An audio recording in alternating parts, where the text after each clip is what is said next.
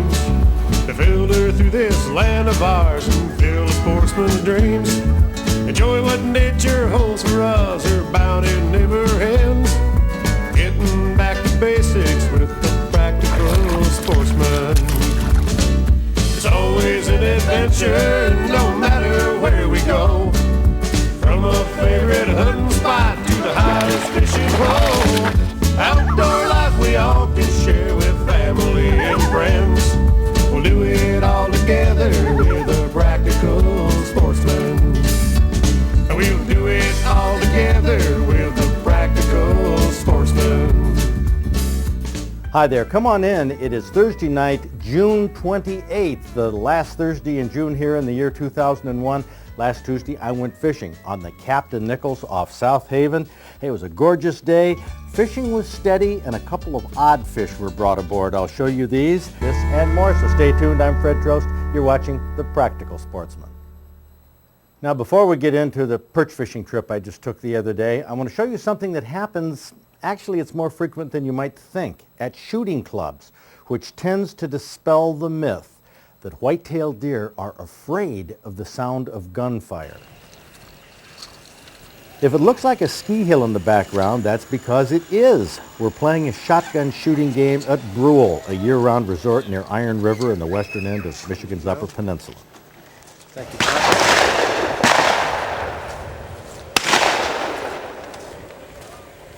The game is called Make a Break, and I taped it last July at the UP Sporting Clays Championship in Brule, but look what's standing in the line of fire.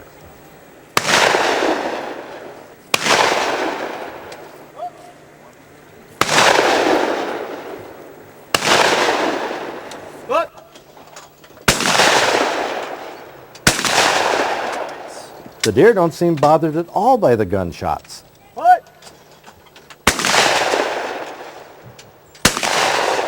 Some of these shots are directly at the deer.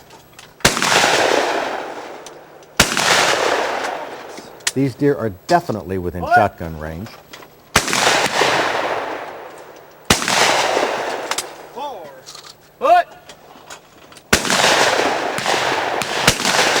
There's no doubt that lead shot was sprinkling all around these two deer.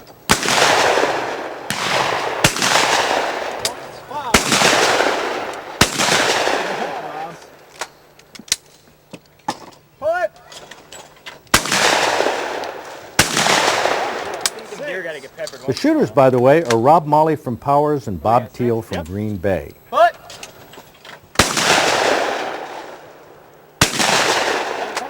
We don't know who the deer are, but they certainly are gutsy.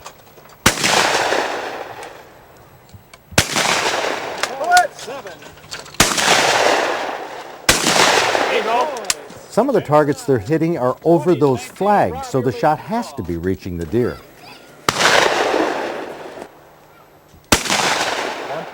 Not all the shots hit the targets, though, but when you're shooting sporting clays and you see something like this, you realize that there's nothing in the sound of a gunshot that inherently scares deer. They go on eating, wagging their tails, letting shot fall all around them. Of course, I don't think you'll find these deer on that slope during ski season. I mean, those skiers are crazy. Now, Rob Molly and the deer are going to shoot another round. Let's see, last Tuesday I also caught two perch on the Captain Nichols. But hey, I, as usual, always have a ball out there, and here's why.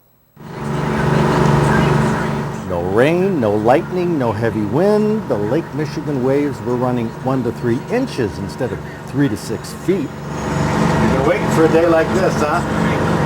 I love days like this. This is nice. You picked another good one, Freddie.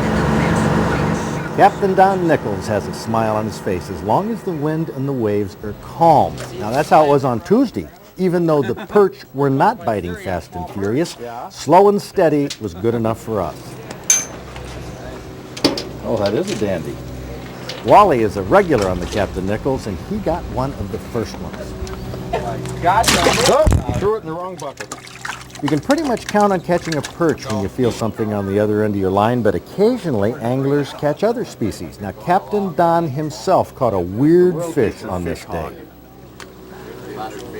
Oh, look at that. What? Oh, do my we goodness. have here? Is that? Well, looky here. But you said you hadn't seen. That's just a minute.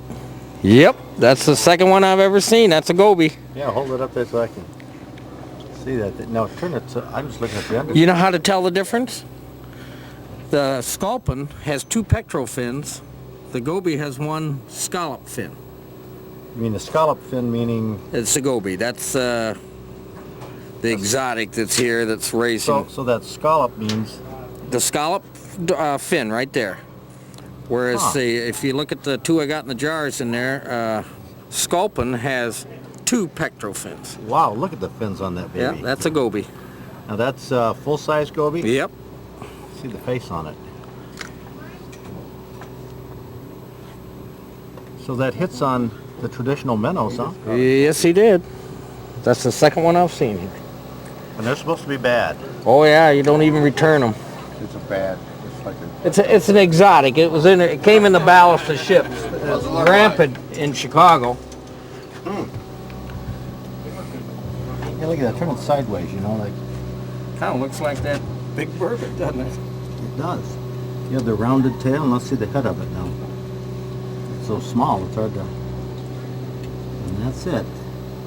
The goby. Yep.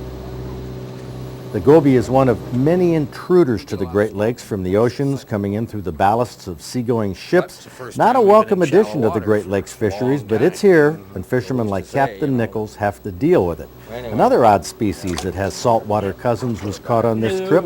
Joyce Surecki landed it, similar in shape to the goby, but it's a lot bigger. Big drum. well, there's the camera already. Yeah? Holy Moses. Oh my God! What is it? It's a burbot. That's nice. Cool. Whoa. Absolutely cool. Yes.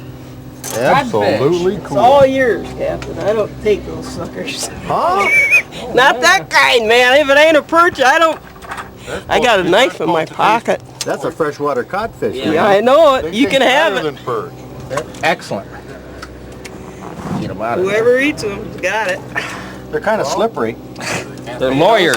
They're called lawyers. You want to know why? And why? Ugly, smelly, slippery. Very good. That's why the But they taste good?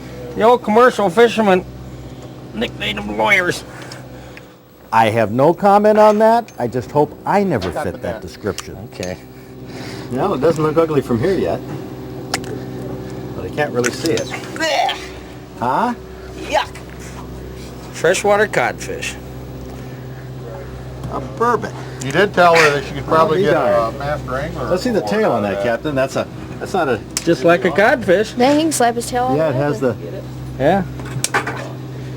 Yeah, hold it there so I can... 5 pounds to get a master angler. I don't know what I don't know if it'll put its tail down there. We can see it, how rounded. Come on, tail down. Tail down. Oh, jeez. There we go. Come on, relax. Yeah. So what are you going to do with it? Put it in that.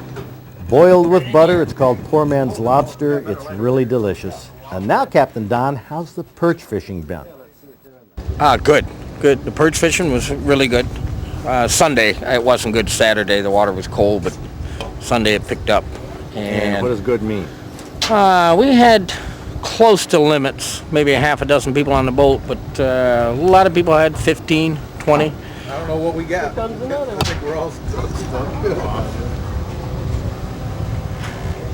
Are you gaining on it? I'm stuck. Oh, stuck. He's stuck. One of those rock bass. Yep, one of those rock Yeah. bass. How's it going to be in the next few weeks? We don't get any major blows. It ought to, every day that it's nice, they'll school up even more. You get a storm, it'll scatter them out, and then you'll have to wait 2-3 days of nice weather to get it back again. The weather has settled down compared to the past couple of months. Perch fishing should get better every day. We love that calm water. On this trip, Tim Farragon nursed his ever-present cup of coffee and cigar and pointed out a passenger who we always enjoy fishing with. There's the man. Yeah, that's the man. How you been doing, Fred? Pretty good. Pretty good, Fred. His name is Fred Sims. He's 92 years old, a font of information of things you just don't run into people who's had the experiences that he's had. I mean, back in the 1930s, the day of Prohibition and Al Capone, he was a bellhop at the Vincent Hotel in Benton Harbor, a bellhop who got to know Scarface, not as we know Scarface as a movie. To Fred Sims, Scarface was a customer. Well, now, what about, somebody was telling me you like Al Capone or something? Or? Yeah, I used to be a bellhop at the Vincent Hotel. And Al Capone used to register in the hotel and take the whole top floor. Whoa. And he and Jackie Cusick and Frankie Lipschultz and all of them used to go up and play poker, and the boys thought I was going home after I get off work at 7, but I'd sneak up the back door and put ice cubes in the bathtub. Oh, for their drinks? Yeah. You were the bellhop at what? Yeah, I was a bellhop at the Vincent Hotel. And where was that, in Chicago? Benton Harbor. Benton Harbor? Yeah, Benton Harbor, Michigan. He used to come over there and occupy the whole 8th floor, and they would go around to the Dewan Hotel to take the mineral baths. Okay. Yeah, he was a big tipper too. Like what was the big tip in those days? $10, $20. Huh. They used to set up Jackie Cusick and all of them set up and play poker at night. And I never seen so many $100 bills on the table. Wow. And that was about what year? Long about in 37 or 38, somewhere along there. Man, $100 in 38 must have been like $1,000. Yeah. Did you know Al Capone at the time, like he was a mobster, a mafia? What was his reputation then? Oh, he was the big king on the south side in Chicago. And you knew In the rackets, yeah. was he like a tough guy? He was the head of the south side in Chicago, and Bob Moran was head on the north side. What did Al Capone look like? Did he look like a mean guy or a nice guy? No, he was a nice guy. He had this scar on his face. I used to go to the drugstore, down in the drugstore, and get his prescription filled for his to rub the side of his face. No kidding. Yeah. So you were like a chum of Al Capone. Huh? You were like a buddy. No. Oh, excuse me. Check this one out. Huh. It's starting to come. They're starting to Yep. come on. They're slow, but every once in a while. Well, I got to get back here with Fred because he knew Al Capone, and I think that's cool. So, let's see. We're talking about and he had the scar down his face. Yeah. Like the movie Scarface. And he would call the drugstore across the street at Potter's drugstore and get the prescription filled, and I go over there and bring it back. And so I charged him $5 for it, but it didn't only cost $2.50. So he says to me, boy, don't charge me too much. Well, I would mess around with Al if I was you. No, I was good bellhop for him. Bellhop number 4, whenever they called wanted some service, they'd call for bellhop number 4. You got tons of stories to tell. Huh? What year were you born? 1909. I mean, that makes you 91?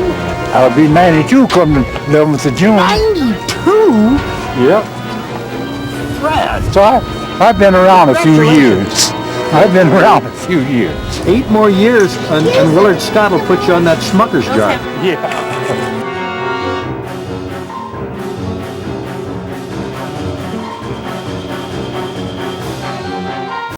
We got 6? Yep. What?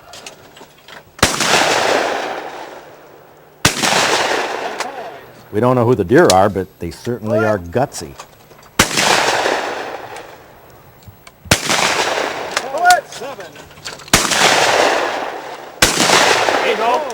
Some of the targets they're hitting are over those flags, so the shot has to be reaching the deer.